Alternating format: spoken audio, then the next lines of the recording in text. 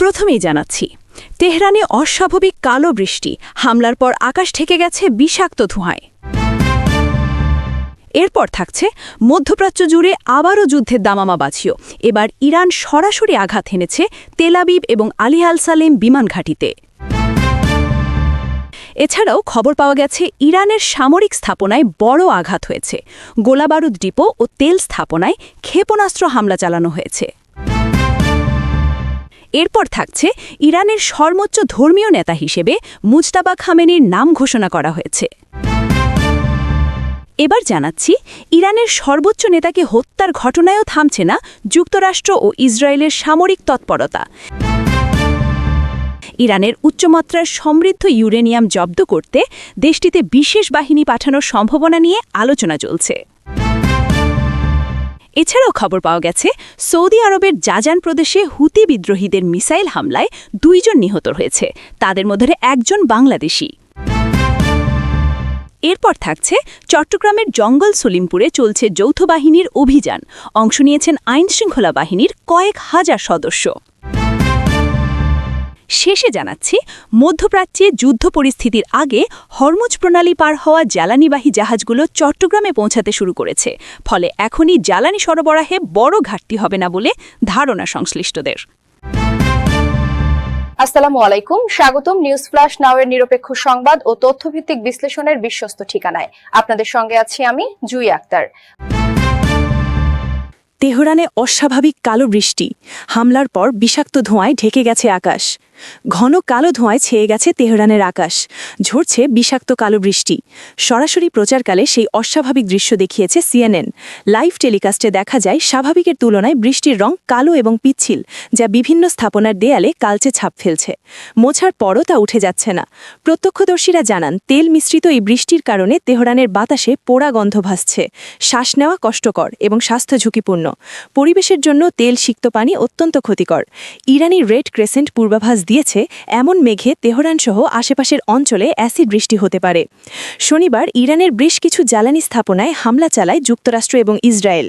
এর ফলে স্থাপনাগুলোতে থাকা বিপুল পরিমাণ বিষাক্ত হাইড্রোকার্বন, সালফার ও নাইট্রোজেন অক্সাইড বাষ্প হয়ে বায়ুমণ্ডল ও মেঘে প্রবেশ করেছে, যা থেকে শুরু হয়েছে এই অদ্ভুত বৃষ্টি। মধ্যপ্রাচ্য জুড়ে আবারও যুদ্ধের দামামা বাজল। এবার ইরান সরাসরি আঘাত এনেছে তেল আবিব এবং আলী আল সালেম বিমান ঘাঁটিতে। প্রত্যক্ষদর্শীরা জানান, মঙ্গলবার রাতে ইসরায়েলের আকাশে একের পর এক আগুনের গোলা উঠতে দেখা যায়।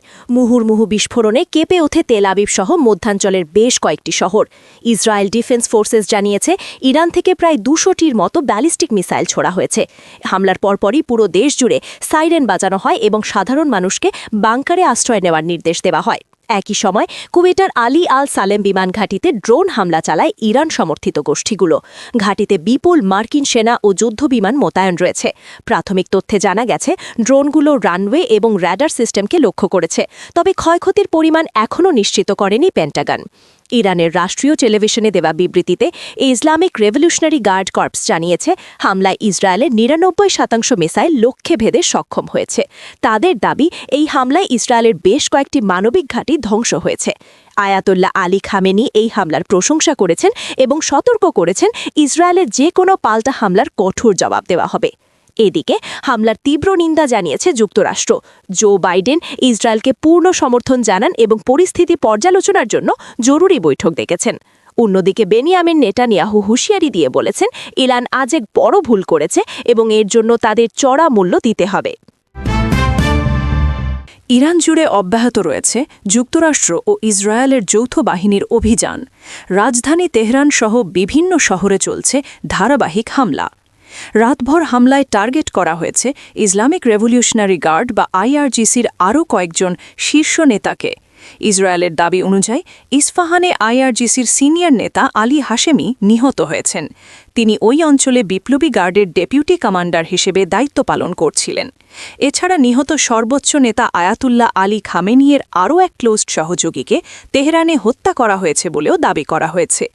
অন্যদিকে বেইরুতের একটি হোটেলে 5 জনের মৃত্যুর খবর পাওয়া গেছে।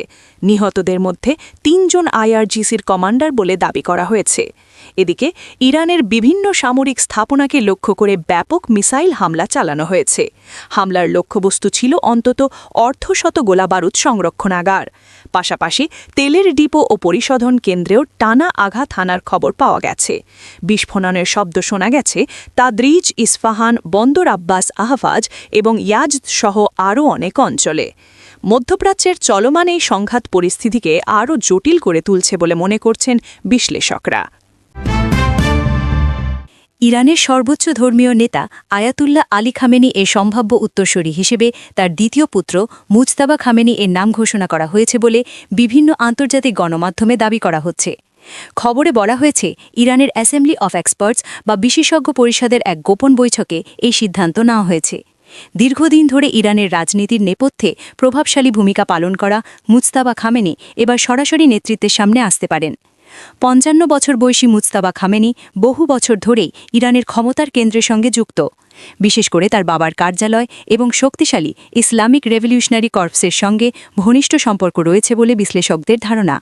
তাদের মতে এই মনোনয়ন ইরানের অভ্যন্তরীণ রাজনীতিতে খামেনি পরিবারের প্রভাব আরও শক্তিশালী করতে পারে। এর আগে ইরানের সম্ভাব্য পরবর্তী সর্বোচ্চ নেতা হিসেবে ইব্রাহিম রাইসি এর নাম আলোচনায় ছিল।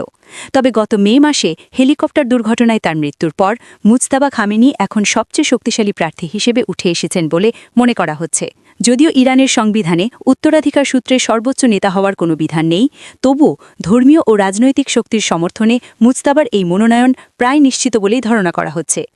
১৯৮৯ সাল থেকে ইরানের সর্বোচ্চ নেতার দায়িত্ব পালন করে আসছেন আয়াতুল্লাহ আলী খামেনি। তার শারীরিক অবস্থা নিয়ে মাঝে মধ্যেই বিভিন্ন গুঞ্জন শোনা যায়। বিশ্লেষকদের মতে মুজতাবার সম্ভাব্য মনোনয়ন সেই আলোচনাকে আরও জোরালো করেছে। মধ্যপ্রাচ্যের ভূ রাজনীতিতে এর প্রভাব কী হতে পারে তা নিয়ে এখন আন্তর্জাতিক মহলের দৃষ্টি তেহরানের পরবর্তী সিদ্ধান্তের দিকে। ইরানের সর্বোচ্চ নেতাকে হত্যার ঘটনার পরও থামছে না যুক্তরাষ্ট্র ও ইসরায়েলের সামরিক তৎপরতা। যুদ্ধের পরবর্তী ধাপে ইরানের গভীরে থাকা ইউরেনিয়ামের মজুত নিজেদের নিয়ন্ত্রণে নেওয়ার পরিকল্পনা নিয়ে আলোচনা চলছে বলে আন্তর্জাতিক গণমাধ্যমে খবর প্রকাশিত হয়েছে। মার্কিন সংবাদ মাধ্যম অ্যাক্সিয়স এক প্রতিবেদনে জানিয়েছে ইরানের উচ্চ মাত্রা সমৃদ্ধ ইউরেনিয়াম জব্দ করতে দেশটিতে বিশেষ বাহিনী পাঠানোর সম্ভাবনা নিয়ে আলোচনা করছে যুক্তরাষ্ট্র ও ইসরায়েল। বিষয়টি সম্পর্কে অবগত 4টি সূত্রের বরাতে প্রতিবেদনে বলা হয়, যুদ্ধকালীন সময়ের অন্যতম প্রধান লক্ষ্য হচ্ছে ইরানকে পারমাণবিক অস্ত্র অর্জন থেকে বিরত রাখা।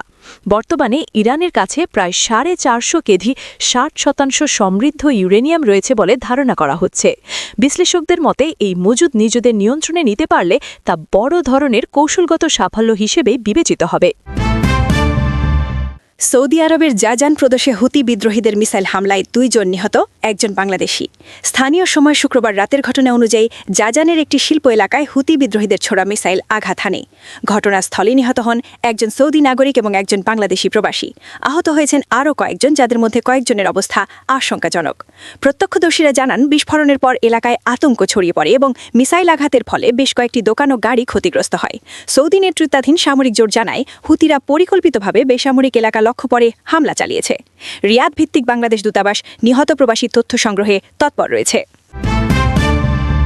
চট্টগ্রামের জঙ্গল সলিমপুরে চলছে যৌথ বাহিনীর অভিযান। সেখানে অংশ নিয়েছেন কয়েক হাজার আইন শৃঙ্খলা রক্ষাকারী বাহিনী। অভিযানটি ভোরের আলো ফোটার সঙ্গে সঙ্গেই শুরু হয়েছে। সেখানে police, RAB, CID, crime scene unit, dog squad সহ বিশেষায়িত ইউনিটগুলো উপস্থিত রয়েছে। অভিযান চলাকালীন সেনাবাহিনীর এপিসি ট্যাঙ্ক ও প্রশিক্ষিত ইউনিটগুলো প্রবেশ করেছে।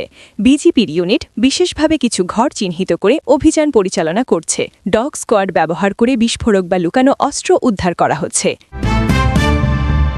মধ্যপ্রাচ্যে যুদ্ধ পরিস্থিতির আগে হরমুজ প্রণালী পার হওয়া জ্বালানিবাহী জাহাজগুলো চট্টগ্রামে পৌঁছতে শুরু করেছে। এসব জাহাজে রয়েছে এলএনজি, এলপিজি, সিমেন্ট, ক্লিংকান, চুনাপাথর, জিপসাম এবং বিভিন্ন রাসায়নিক। ফলে সাময়িকভাবে জ্বালানি সরবরাহে বড় কোনো ঘাটতি হওয়ার আশঙ্কা নেই। তবে বিশেষজ্ঞরা দ্রুত বিকল্প বাজার খুঁজে নেওয়ার পরামর্শ দিয়েছেন। রোববার পর্যন্ত 8টি জ্বালানিবাহী সহ মোট 12টি জাহাজ পৌঁছেছে চট্টগ্রাম বন্দরের জলসীমায়। পথে আরও 3টি জাহাজ আছে। বন্দরের তথ্য মতে 5টি জাহাজে আছে প্রায় 3,09,110 টন এলএনজি, 2টি জাহাজে রয়েছে 41,488 টন এলপিজি এবং অন্য একটি জাহাজে আছে প্লাস্টিক তৈরির কাঁচামাল।